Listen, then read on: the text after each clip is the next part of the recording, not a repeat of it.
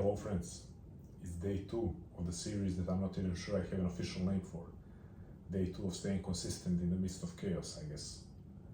It's actually already evening, but I didn't get the chance to record the video earlier. Yesterday, in the first introductory video, I presented it as if I'm going to be just sitting down and giving a review of my day and explaining how I've stayed consistent and sharing some insights on staying consistent with the projects that you have or the projects that you want to take on while you don't have the perfect external or internal conditions in your life. Well, that remains the theme, but yesterday, after that introductory video, I actually recorded 2 additional videos showing parts of my day or doing kind of check-ins throughout the day. So yeah, it's not going to be exactly vlogging, but it's different than the idea that I initially presented, because I did think that I would just be doing this, sitting in front of the camera and giving a review of my day. But there are some additional clips, so I'm not sure how to structure this, how to organize it, so maybe the best way is to insert them now and then come back to this scene and I give an overview of day 2. In day 2, I didn't get a chance to do those clips like check-ins throughout the day, so we'll see how it goes day by day, but there's some footage from day 1, so maybe it's time for you to see it and then come back here. I don't know how to do it, I don't know how to make a transition. There will be minimal editing done here, so maybe let's do it now and we'll be back. So here is me checking in, or checked in, into my new place. Here is the coolest t-shirt that you've ever seen, and here is my face looking absolutely terrible, but it is what it is. Why am I showing you this? I didn't even take the chance to find my mic somewhere here and my tripod, so apologies for the audio quality and maybe the shaky video, but I'm showing you this to make a point or to give an example of what I meant when I said you have to accept it being ugly and messy, or I'm accepting it being ugly and messy so that I can show up daily, so that I can do the thing. Well, I just checked in. I'm a bit tired, I'm definitely sweaty, and my stuff is here. A lot of my stuff, you see. Yeah.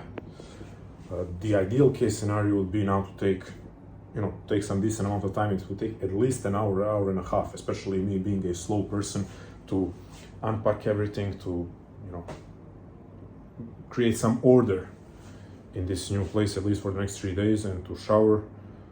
But as disgusting as it sounds, I'm not going to shower and I'm not going to unpack. I'm just going to wash my face and I'm going to head out.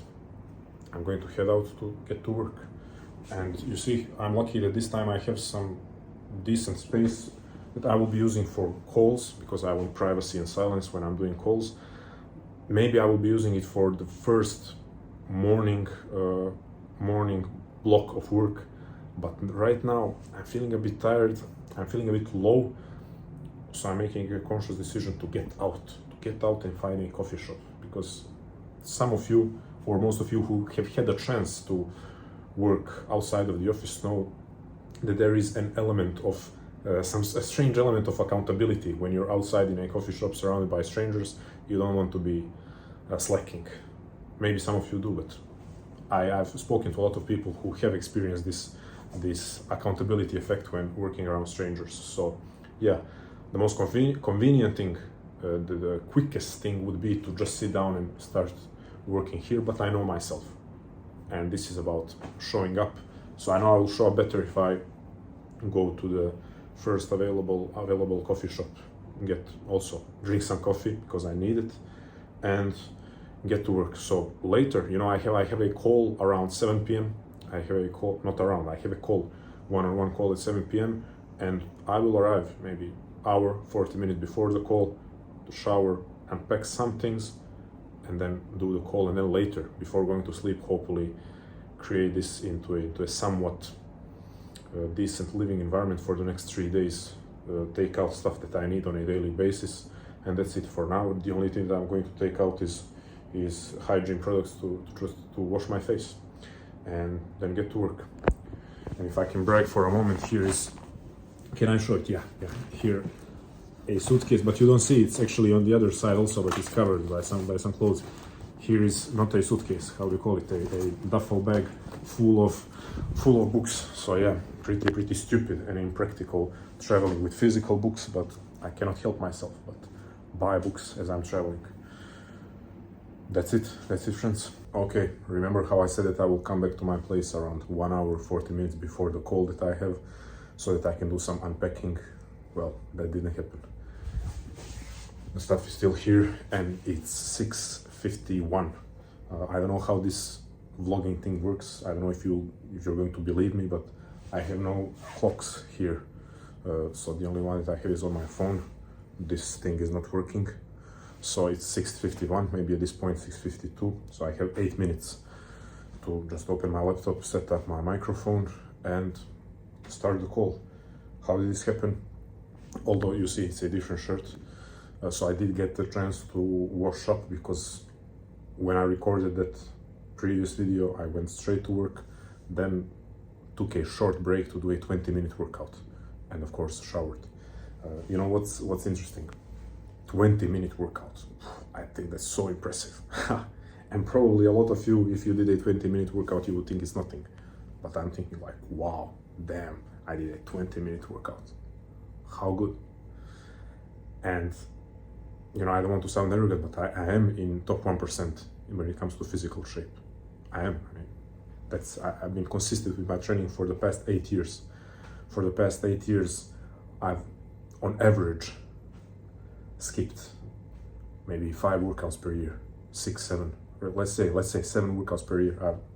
I've skipped on average, or days off I took on average for the past 8 years. So you know, you could say that I'm in the top 1%, not just by consistency, but also with the physical shape that I am in.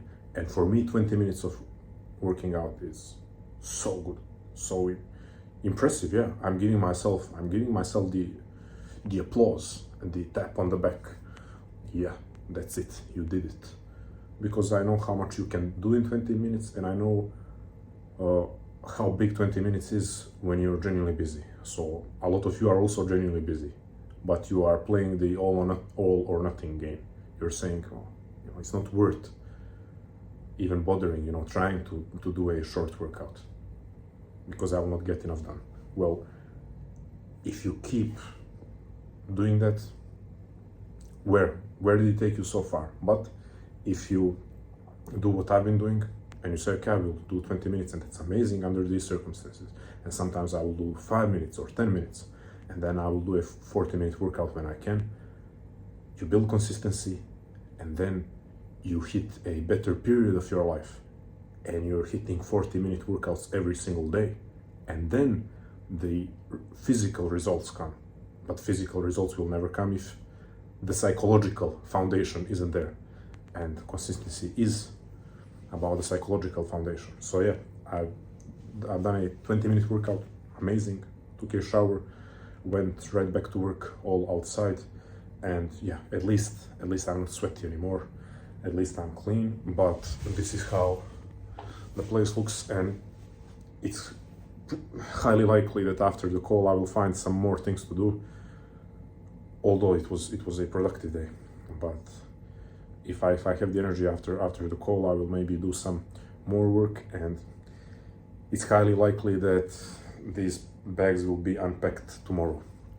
And that's what I meant when I said it will get ugly. It's quite literally ugly right now here, but I'm happy to make that sacrifice. So maybe that's going to be the theme of this series.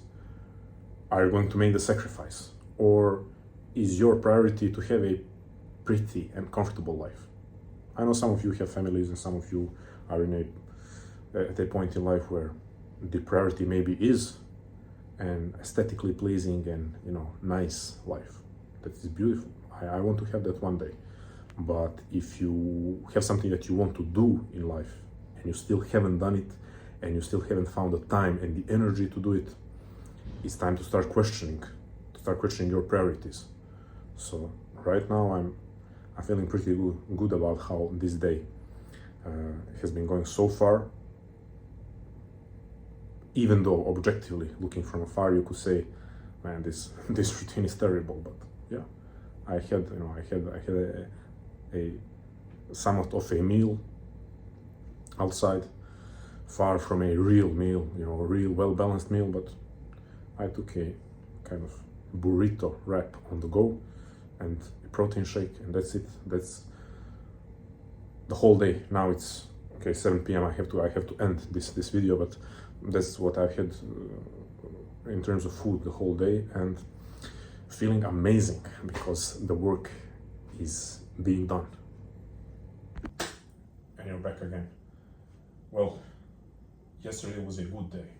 It was a good day because I performed and I showed up honestly with both intensity and quality in a day that was chaotic. But today, just day 2, but already an obstacle. Or I'm not even sure whether I should call it an obstacle. Just very poor day, poor in terms of quality and intensity. Yeah, there is no other way to put it other than saying that I'm not satisfied. It was a struggle to complete my morning block of work. Not to complete it, but it was a struggle to find anything worth it from the work that I've done. Then the second block of work was almost non-existent. Just by non-existent in terms of me sitting down and facing a block. But I sat down, I showed up. Later on I had a call, a one-on-one call that went well. But that's apart from the project that I'm doing, the project of creating this existential bootcamp. So I'm still definitely excited about it, but it was a tough day in the sense of just those days do show up. Or let me phrase it like this: days when you show up physically, but something is lacking. Well, this was one of those days. How to deal with it, to make peace with it, to leave it behind, and just renew the commitment. Show up tomorrow, and that's it. Not think too much about the outcome of the effort. Focus on the effort itself, the action that constitutes the effort. But there is one exciting thing that I realized, at the very least, the structure of what I'm creating, the existential bootcamp. Okay, I already had the structure in mind, but it's becoming more and more clear that I'm doing something that could potentially be very unique, in the sense that I'm not creating an educational material that's going to be divided in topics, because that's something that I believe we all picked up from conventional education, from schools, and then is being passed on to this realm of online education, of self-education. Things are divided in topics, but is that really the way to go? In some fields, yes it is, but what I've been starting to realize, and I'm trying to implement it, is we need to divide lessons, we need to divide information, to organize lessons and information in a way that will help the person consume it, will help the person gain momentum, and not just now gain momentum in the sense of what I'm trying to create with this, helping people gain existential momentum in life. I'm talking in general. Education organized in a way that helps the person gain momentum in what they're studying, helps the person show up tomorrow, helps the person want to show up tomorrow, keeps the person engaged. So organizing information with the student, or however you want to call it, in mind. Not organizing information the way it's supposed to be organized, by topics, by themes, by, I don't know, categories of study. No. Organizing pieces of information and lessons by what this person needs to hear first on their journey, what they need to hear second, what they need to internalize first, second, third, so that there is first, second, third, and fourth day of their journey, rather than dumping something that's quote unquote supposed to be first but overwhelms them, or dumping something that is quote unquote supposed to be second but confuses them or demotivates them, so on and so forth. So I'm really invested in this idea of starting to organize information, lessons, and hopefully everything that I create in a way where we are changing what education is by changing online education, and changing it so that it's more human. Because I think we can all agree that education, formal education, I mean the system, I'm not criticizing professors. There are some exceptional educators and professors out there in formal education, but the system isn't really human-centered. The system is efficiency-centered, and it's not even that efficient. So that's something that I'm excited about, something that, you know, that kept the energy somewhat high today. The energy and the morale, the spirit, kept the spirit somewhat high today. The excitement of having a meaningful challenge to tackle. The challenge of structuring what I'm creating in a way that is focusing on and respecting the human on the other side, rather than following a pattern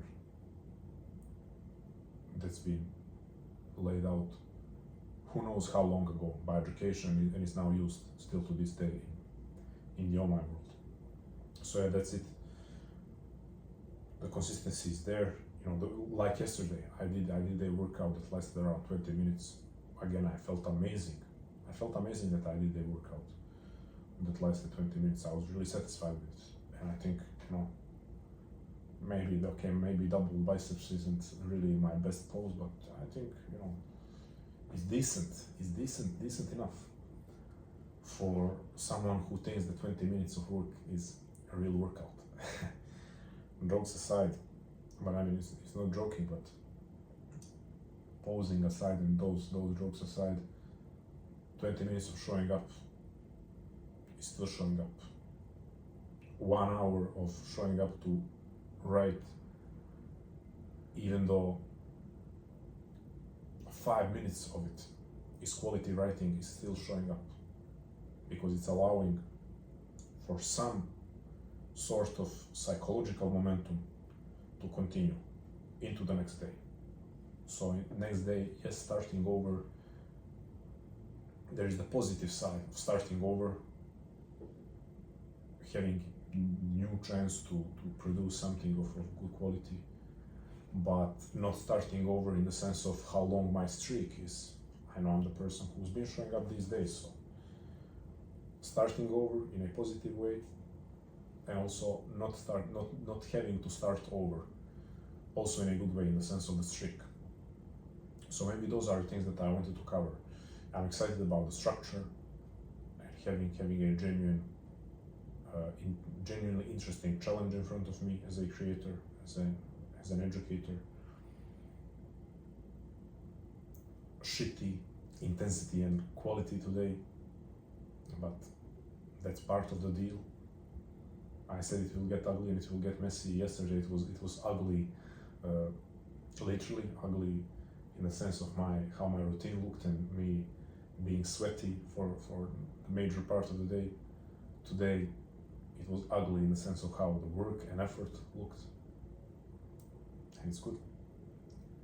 it is what it is. That's something that I agreed to and made peace with before this even started. So tomorrow, just showing up again. When it comes to these videos, I'm really humbled. I'm really humbled that the first video was 45 minutes long and people decided to watch it and even leave comments on it. So I'm truly humbled by the support that I'm receiving. That can never be overstated. People who have talked to me individually have had a chance to experience how deeply I appreciate and feel the support. So I'm just hoping that any of you watching and listening now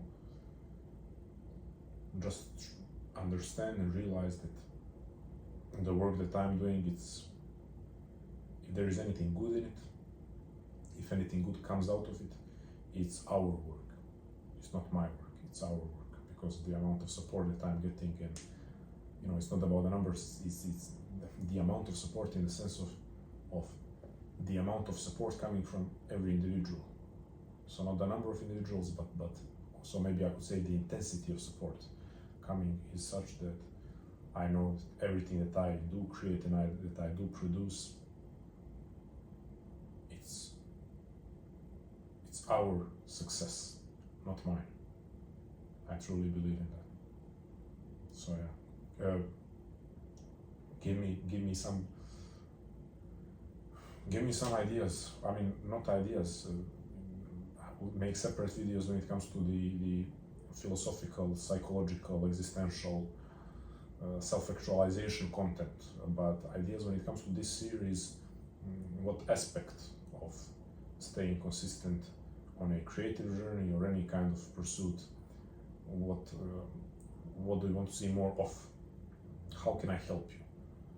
Today, all the insight that I can provide is that it was shitty and I felt bad about it. Yes, I did feel bad. I felt, kind of down for a bit, but it passed really quickly because of what I said in day one, because of previously already making peace with the fact that it will be ugly and messy. So the biggest insight that I can give you is show you genuinely. Maybe you already see, maybe you see in this video that my energy is a bit lower. So the biggest insight that I can give you is that, yeah, this is it.